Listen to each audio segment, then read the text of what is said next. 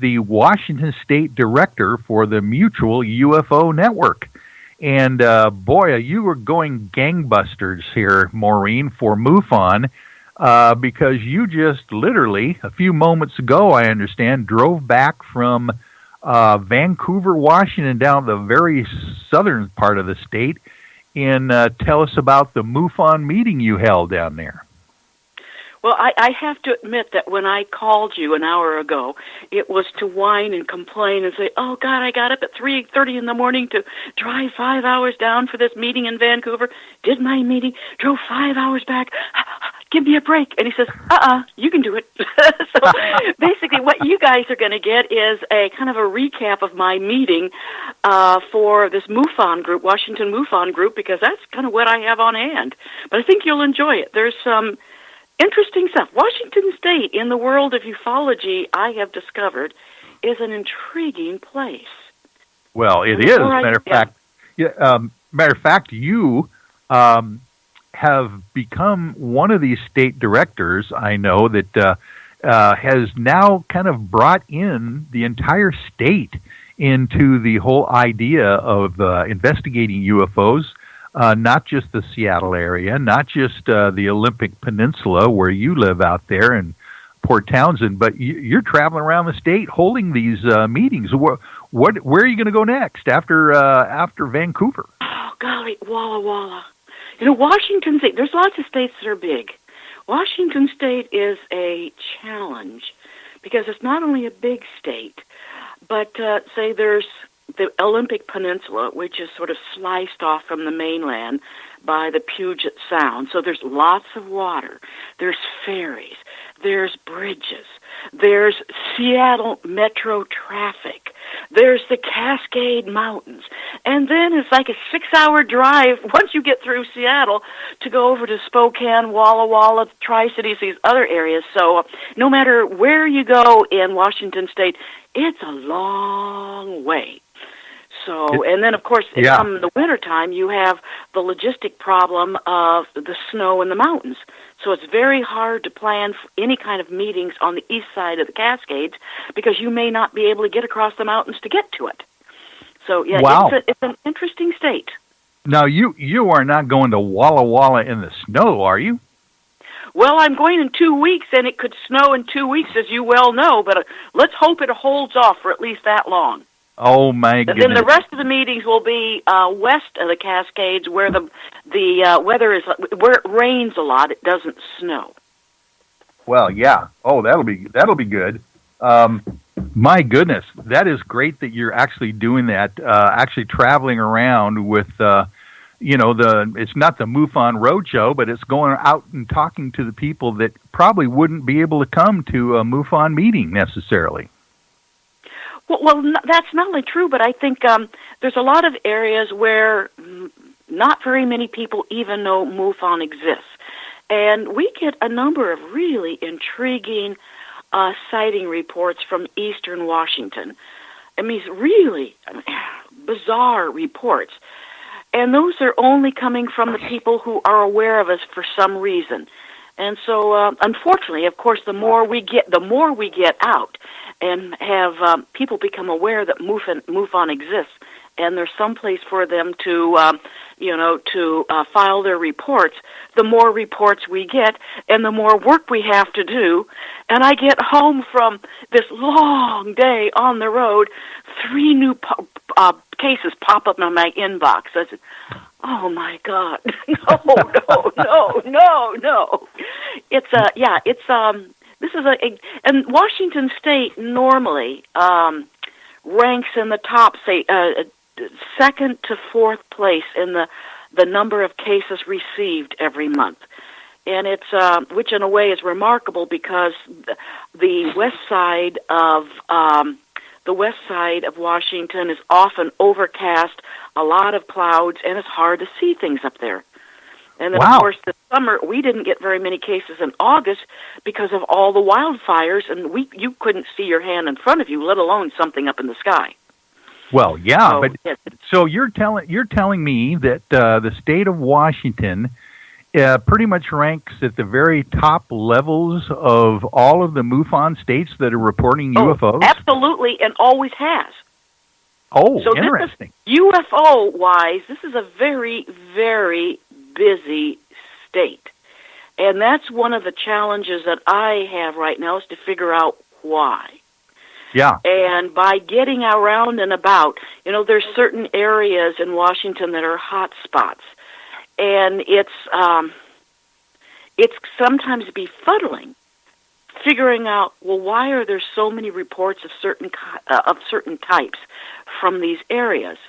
For example, down in Vancouver, Washington, in Clark County, which is right north of Portland, and the Columbia River is the border between Portland, Oregon, and Vancouver, Washington. But it's always ranks third or fourth in the number of cases received, and it's a challenge because they're intriguing reports. And yet, at the same time, there's these factors like Vancouver is only 5 miles from the Portland International Airport and from the Oregon Air National Guard. So where does that come in? Right. And then too, just to the east, in the adjacent county to the east, I guess it's 2 counties over, Klickitat County. 2 of the largest drone manufacturers are located, including one that's a subsidiary of Boeing and designs and produces drones for military applications. So how many times are they out flying those around? And those are seen as UFOs. Wow! Now you're telling me that down in that area in the state of Washington, they actually are manufacturing military drones. Is that right? Oh, absolutely. And it's 2 of the biggest drone manufacturers in the country.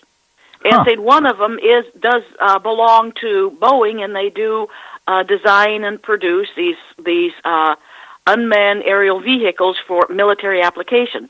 And so who knows what they're developing down there, and who knows when people see odd things that they could possibly be one of those drones.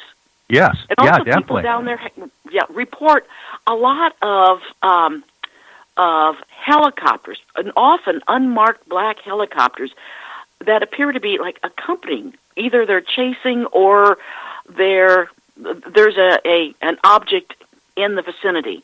Well, are they actually chasing it, pursuing it, or are they accompanying it, or disguising it, or masking it? Yeah. So it's an interesting area.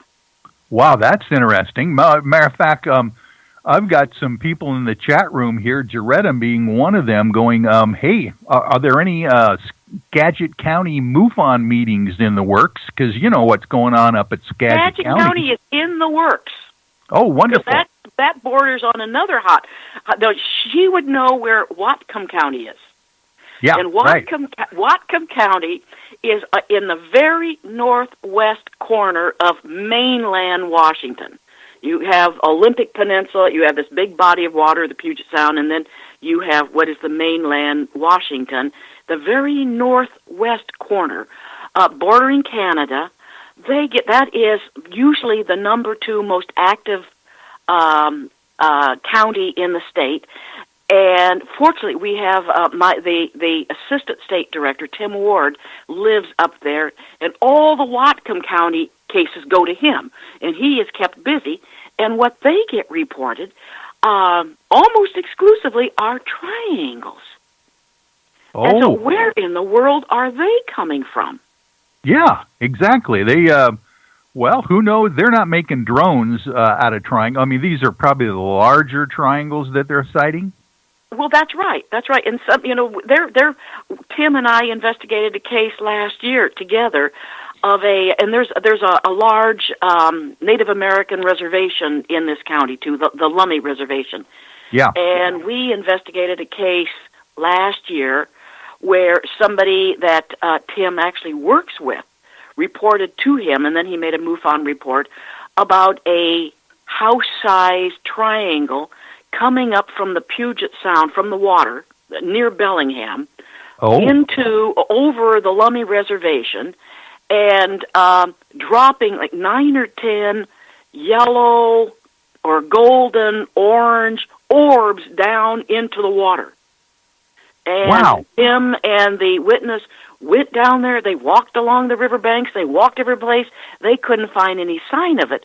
But it's like it's a continual stream of really bizarre triangle object reports.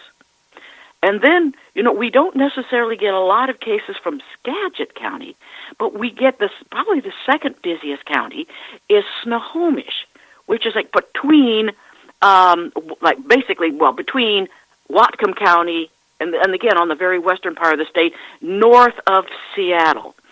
And they get a lot of cases, and it took me the longest time to kind of figure out why. I think why.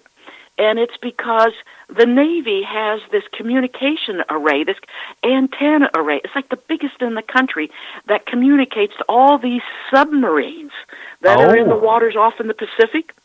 And somehow or other, that's the only explanation I have for this. Otherwise, it's not that populous. It's a semi-rural county to have so many sightings, and they all seem to be in that area.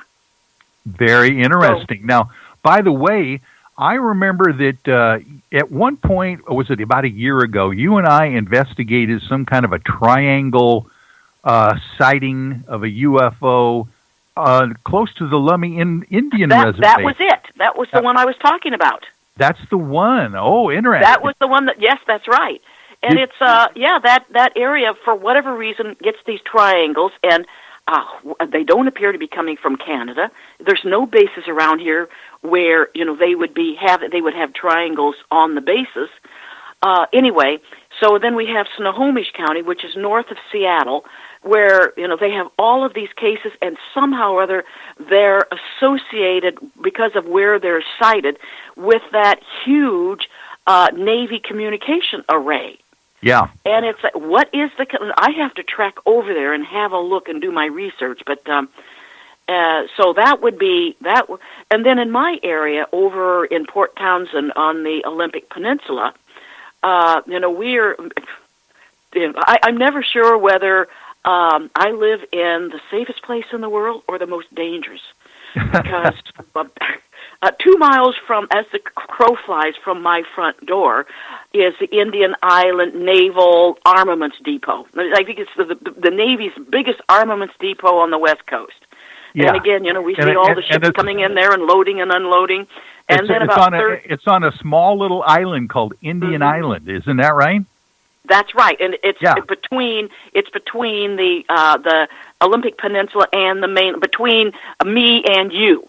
Yeah. So it's so we have this armaments depot there, and then 30 miles down the road, as the crow flies, we have Bangor, which is a nuclear sub pen, and then they also store nuclear weapons there. So I keep thinking now, somehow or other, all of this is being protected, all of this is being defended. How? Yeah. Nothing is visible, but things are going on, because otherwise it would be, it would be targeted and we would be blasted off the universe. So it's somehow being protected by means of which I haven't a clue.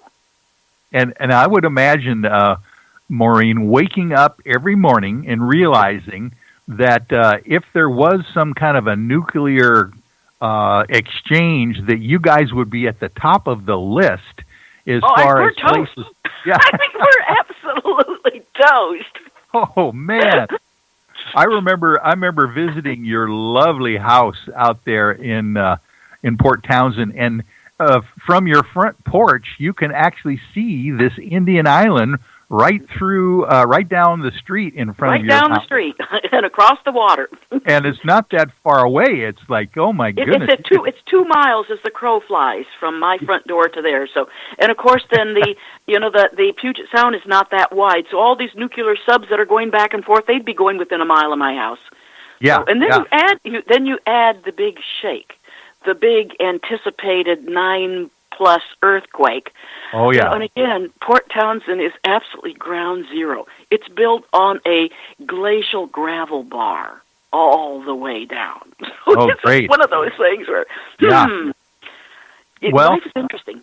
I know you picked that place to live because there are some other interesting kind of geographical and